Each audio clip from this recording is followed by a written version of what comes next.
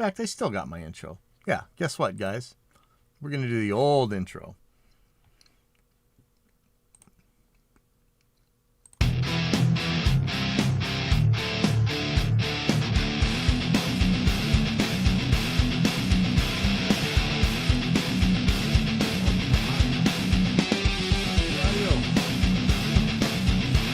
Well, that was the old intro. I don't know if you guys get that.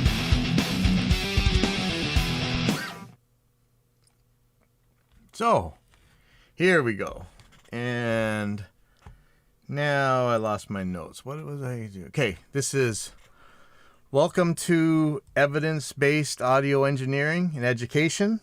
This is number 147.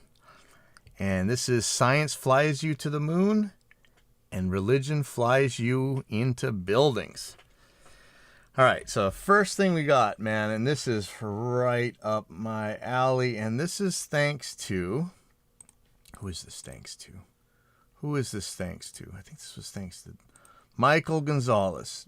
Thank you, Michael Gonzalez. You just made everybody's week. So Michael Gonzalez linked me to this article on Tom's Hardware called Solid Snake Oil Storage. This SSD is aimed at audio files. This SSD purportedly makes your audio sound better. And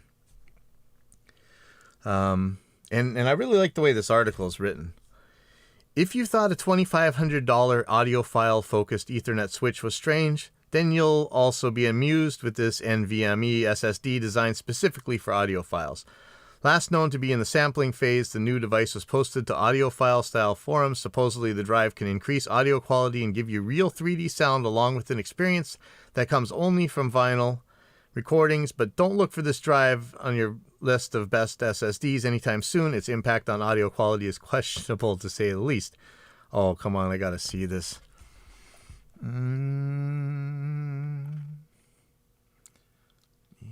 Let's see. Let me see if I can't find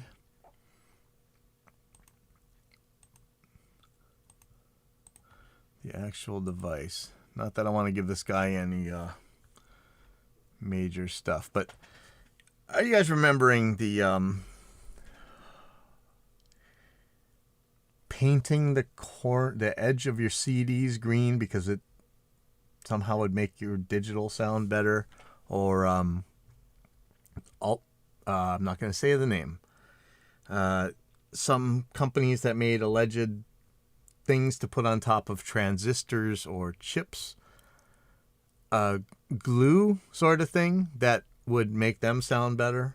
You know, actually, there's some plausibility to. I mean, if you had some giant power transistor and it was your power amp was bouncing the speaker wires out of the jack or something, that could actually happen. I mean, you know, this just strains plausibility, but how would a hard drive? The hard drive has nothing to do with your audio whatsoever. This is back to the better sounding DAT whatever algorithm thing. I mean, the better sounding tape formulation for DAT tapes and stuff. I mean, if you have errors, that's one thing, but if you're getting the right information, how are you going to improve the right information? You know, this is the classic pseudoscience gimmick nonsense. And you know, we like to make fun of audiophiles all day long, but they actually do love. I mean, they love what they hear. They just don't know what the hell they're talking about. But we appreciate that they love to hear things. They care about sound. They want to hear things. They really want to experience sound. So we don't want to make fun of them. But you guys know, if you don't know what audiophiles are, they're people who will spend all the money in the world to get like the perfect sounding stereo system or whatever. And then there's so much religion and myths and just nonsense about this stuff. They oh, you know what? Stay put. Here we go. For anybody who can see this, here's something, an audiophile. This would be an example. So instead of a regular $5 cable, this is an audiophile cable. It's allegedly going to fix the electricity the last 3 or 4 feet to your house. Never mind the bajillions of miles that electricity just went down cables with pigeons turding all over them. Somehow, this last little bit is that's going to make all the difference in the world. So, yeah, good luck. That's an audiophile. And the idea that how in the world could a disk drive make anything sound any better? It's either you're either getting the information that it's supposed to put out or you're not. And we have error correction for that. Okay, so next thing. Let me take a look. What are we on? Who's watching on Twitch? Interesting. Okay. So, but I mean, this is your typical audiophile nonsense. And, we had Ethan Weiner on the show once, and that was just awesome because he's like the James Randi of audio, and he takes these guys on all the time. But again, we like the audiophiles. They love music. They love sound. They're just a little bit mistaken about some stuff. Uh-oh, who's that? Who's on my Twitch? Somebody's on my Twitch? All right. I do like the CNC copper heatsink. Ain't nothing wrong with that, right? Keeping your computer cool. Heat's got to go someplace. Okay. Another thing I want to talk about. This is kind of interesting one. Just had a question about stand-up bass and drums. And, I think the problem was you can't really hear them both. Let's see. Any idea how to make stand-up bass stand out more? I feel like it's fighting with the drums and losing, even with some EQ adjustments and panning. I mean, you can make anything stand out with panning, but that won't work for everybody. It definitely won't work for all your customers. So why, if the chat is there, why doesn't it show on the screen? There we go. Who's that? Who is Svend 808?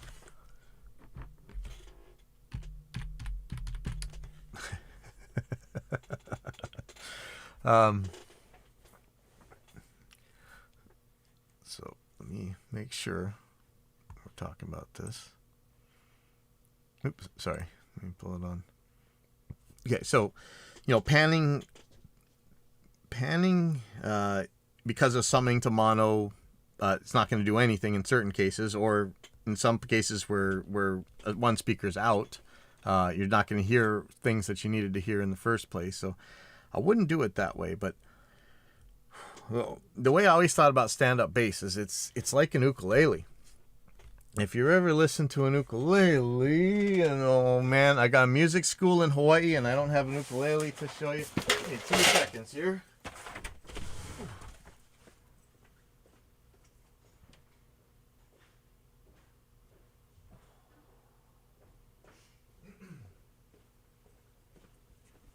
Haha. Oh, okay.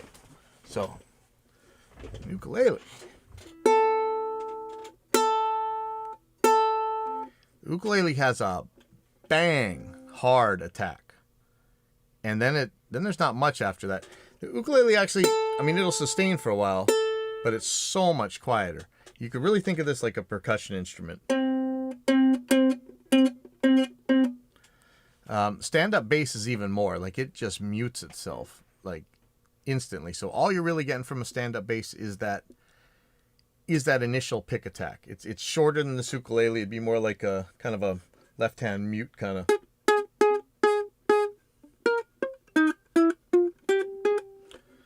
So it's more like a snare drum or a kick drum, maybe more like a tom. Wow, this is some. What in the hell is this thing? Somebody is trying to put ASCII art on my on my Twitch. I don't know what to do about that.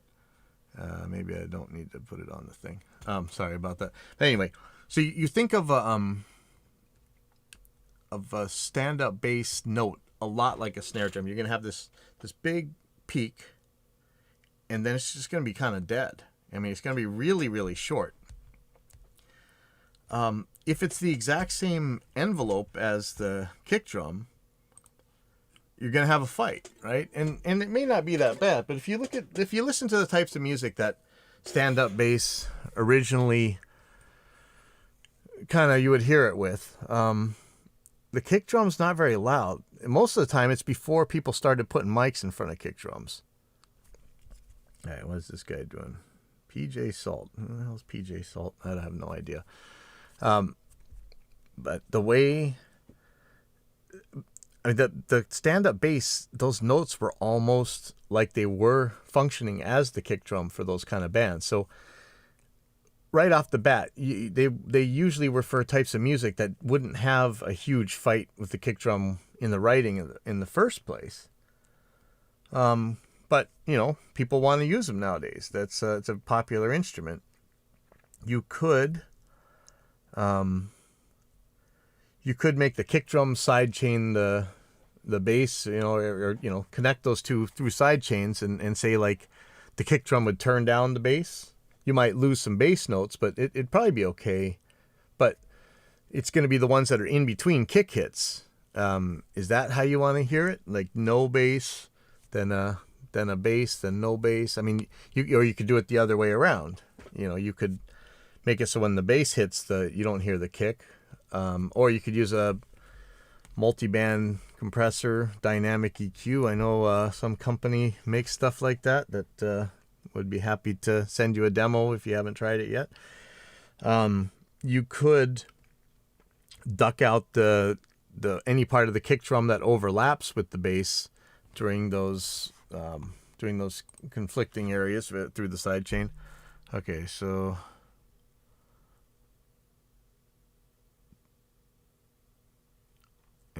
I may just have to mute my chat. How do I do that? Oh man. Okay, so am I gonna get nailed for what's on my chat? Is this going on my YouTube?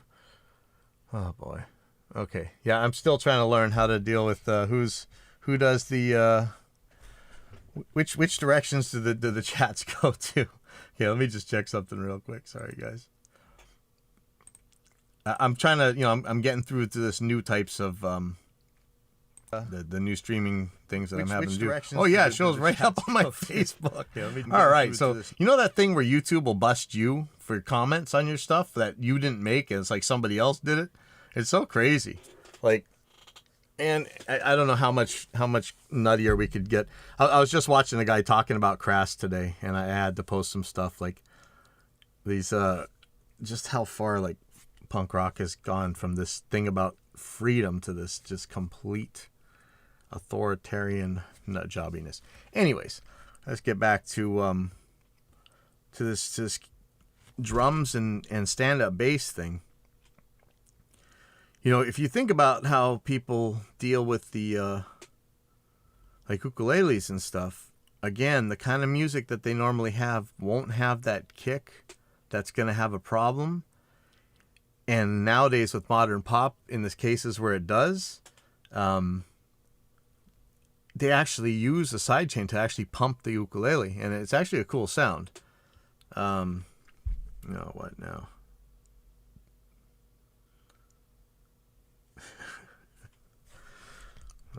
I'm getting Twitch spammed. Okay, sorry about that.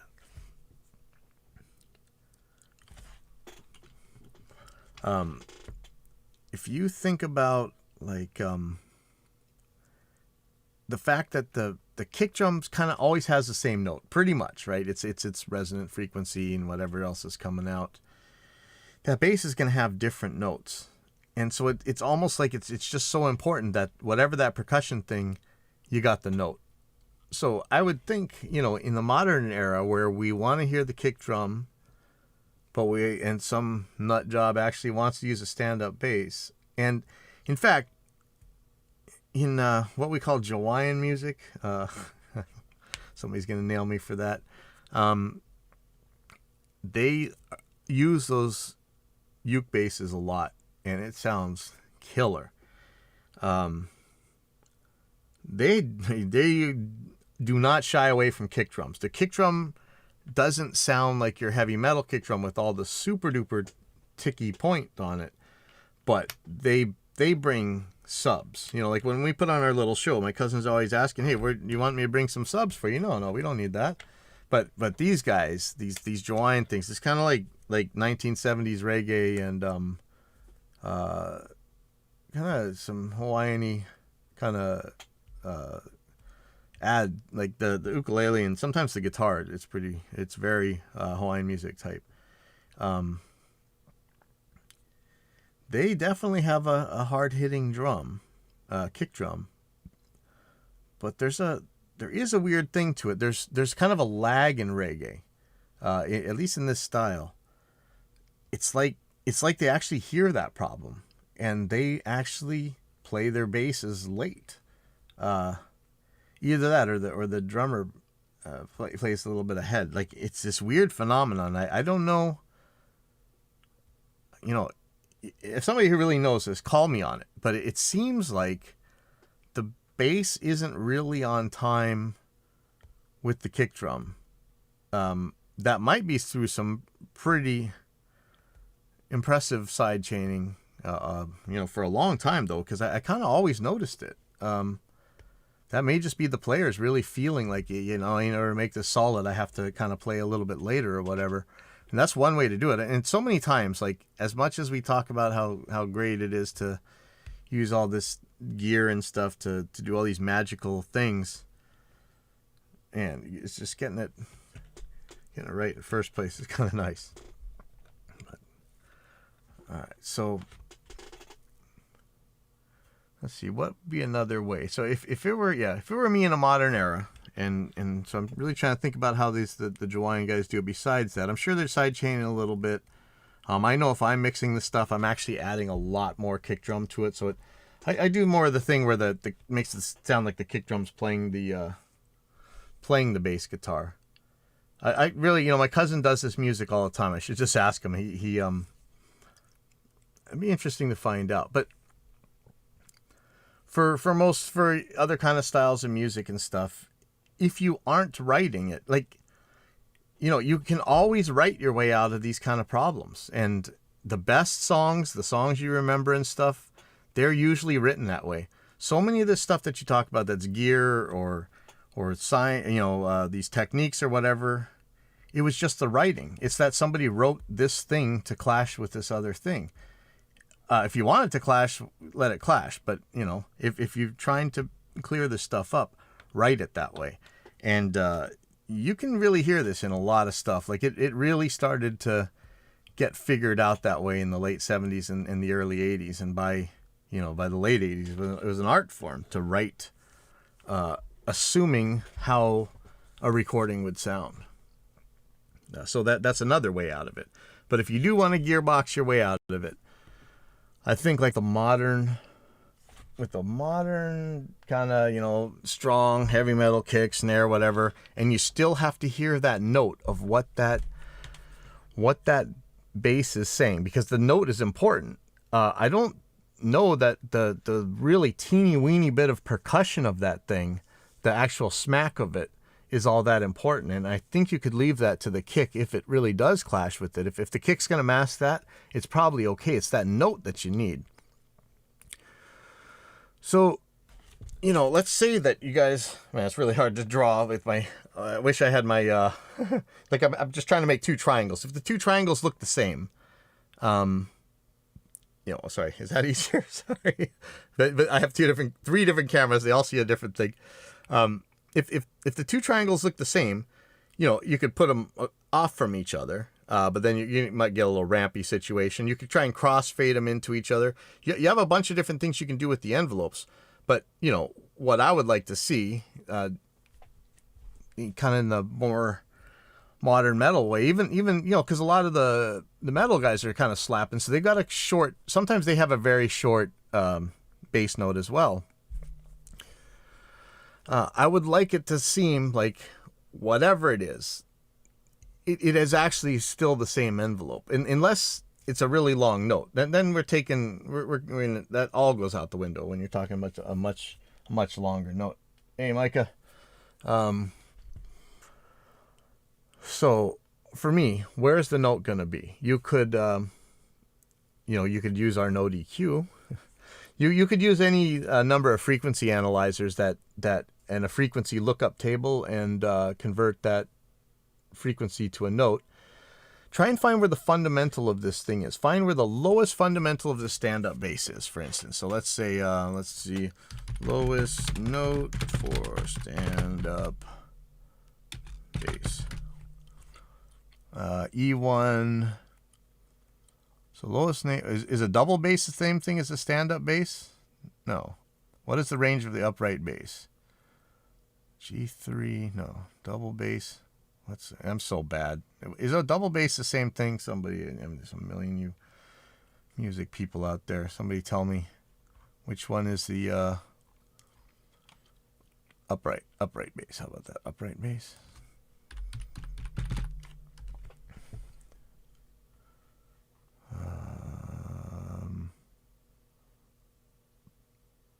Why is it saying double bass? Is double bass the same thing as an upright bass? I'm so sorry that I don't know this.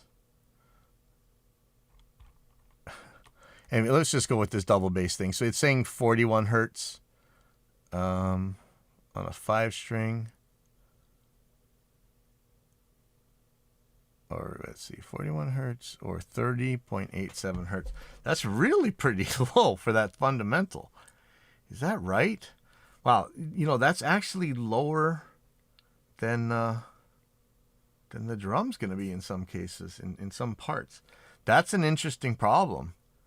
That is really crazy. So if you're playing that really low note, man, I don't know. You might just want to duck that drum out completely, but I'd like to hear the problem. Is the problem really that one of these really low notes is going to go out?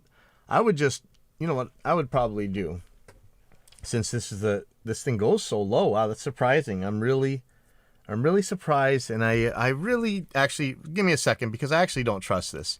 Unless I'm really messing up on for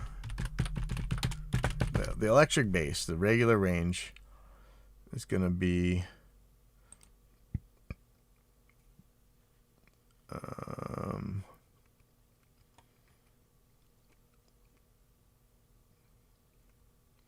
okay. I don't know the difference between a bass guitar and a double bass. Sorry. I'm just looking for the frequency. Lowest frequency. But I really want the fundamental, but whatever. We'll get this right. About 41 hertz. No. Frequency range of bass. Wow, Google is so useless now. It's really sad. Yeah, here we go. One of these old. Oh, where's the old picture one? Lowest note of a 5-string bass, 41 hertz. Okay, so you are below the note of a kick drum. So, really, if we're gonna do it this way, talking about modern stuff and knowing that this really goes that low. I so often duck out the first fundamental notes of an electric bass guitar. Actually high pass those, and the bass sounds fine. And hopefully you've heard enough of these shows to know why. But if you really want that in there, especially like over here where you're going to be blasting these subs and stuff, I think that I would duck the fundamental out of the kick drum when that happens. So, not talking about the slap, not talking about anything else. If we got a kick drum, I would actually run one right now so you could see it. I don't have the right analyzer thingy up right now, but there's going to be that fundamental note of the kick drum, that's 60 hertz or whatever, wherever that first thump, that's anywhere near where one of these frequencies are. I know that an octave up, then you're going to start having problems with this again. If it turns out that the first real resonance, like let's say 120, is way more than the 60, then I do this a different way. But let's start here. Take a dynamic EQ or a multi-band compressor, whatever. Oh, excuse me. And let's see. Put that on the kick drum. And just do one band. Let all the other bands bypass. And let's just make this band 60 hertz in the center. Don't make it too wide. So if it's a multi-band compressor, don't make it too wide. If it's a dynamic EQ, maybe an octave wide, half an octave, whatever. Just start mellow, so it's not doing too freaky. And set the ratio pretty high, whatever it's gonna be. You know how the way these things work in this kind of situation. Pretty much anything after about 6 or 8, it's like infinity to 1. So put 10 to 1 or whatever you want to do on that. It's not gonna matter too much.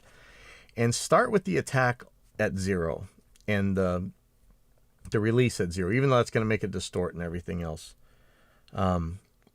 Start looping a section where the kick and the bass are gonna play over each other. Make sure the section's looping long enough for the all the release curves and everything to come through, and start pulling down on the compression on the threshold of that band's compressor. And as the bass comes by and you start seeing the gain reduction meter bouncing towards the bottom, you should get to a point where it starts knocking the fundamental, the kick drum, out of there.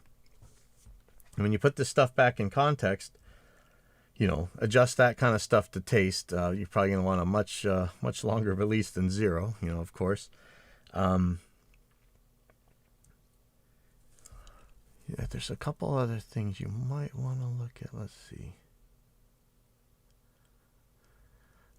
So if it's still clashing, I would mess with the Q, but you don't want to make actually, you're probably not going to hurt too much. So what you're ducking out down there is not the impact, the modern, the slap of a kick or a tom or something like that. You're really not ducking that out with this side chained frequency dependent compressor. You could pull that up pretty far into the kick thing without losing that part of the kick. If you got enough thump from that bass, then it may not matter all that much. But of course, you could be, we're talking about a single band. That could be a shelving band, not a parametric band, or not a bell shaped band. You could fine tune it more that way. But I would guess that if it's still making trouble, it's going to be that very first resonant peak. So like, let's say it's, your typical 60 hertz kick drum. That's like 120 hertz. That's probably clashing with it, because although this thing's saying, down to 41 hertz or whatever, you go up to the next string, the next octave is 82. So we're getting in that territory of where you're gonna have a lot of trouble with this kick. And these stand-up basses, they don't have much more harmonics, or at least anything that lasts. One of them, some of you guys might be familiar with a variation on these things that it was some DIY stuff, but we call them a wash bucket bass, or a bucket bass, or it's pretty much this giant bucket upside down, and you put a broomstick in it, and you change the pitch or you got like a shoelace from the end of the broomstick into the bucket thingy, and you change the pitch, like you play different notes by pulling on the broomstick, so the string is tighter or looser, and it's, again, very short. As much as that bucket resonates, it's not much. It makes it louder, but it doesn't make it much longer. Very interesting thing. Just how much like a drum it is, but it is pitch, and you do feel the pitch, Anyways, but that's how I would deal with it. I think I would use frequency conscious compressor. I would duck out the low fundamental of the drum, and you might move the lowest part of what's being affected on the kick to, like, 41 or whatever that lowest note is, because yeah, man, it's hard to want to lose some of that stuff. That's interesting that it's in that same area. I never really thought of that, because that's not at all how I treat electric bass. In fact, I saw something funny today, and I took a picture of it. Oh man, but I can't do my camera right now. It was a lap steel guitar player, and nobody can say this wasn't a by the book traditional Hawaiian lap steel pedal. Is it a pedal steel lap steel? I don't know. It's on a stand, and he's using a slide on it, and it's making the whale crying noises, right? He's legit. He's 1,000 billion% legit. And for all these knob heads and audiophiles you hear on the forums all the time, I was looking at his gear, because of course I'm not going to be able to not look at his gear. There was a SansAmp pedal.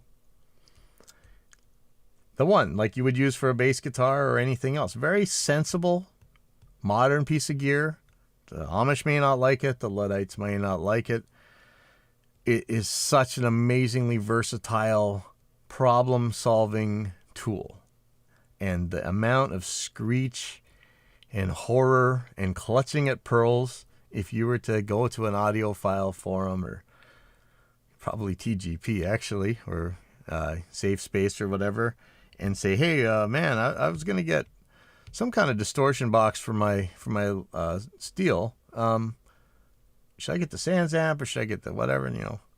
And the amount of ribbon you would take for that thing. But here he was with that SansAmp, and it sounded like the most perfectly legit slide guitar you ever heard in your life. And that was evidence. That's epistemology, right? There it was. When, like Peter Boghossian says, if you have to replace a door, one of the things you're going to have to do is figure out how big that door is. And you could use a tape measure to figure out how big that door is. Or you could ask your dog. And one of these is a reliable pathway to truth. And one of these is, you hope it's the right thing, and could be, or it could not be. When the proof is in the pudding. You play the thing, you like the sound, you find out later that it's something. A lot of people will try and, that's where confirmation bias could come in. But it's just the truth. If something works, it works. Just because you don't like how you feel about it doesn't mean it works or not works. And that's what we try to push around here. But, man, I am absolutely wiped out. Long day, long night. And I'll see you guys next week. Okay.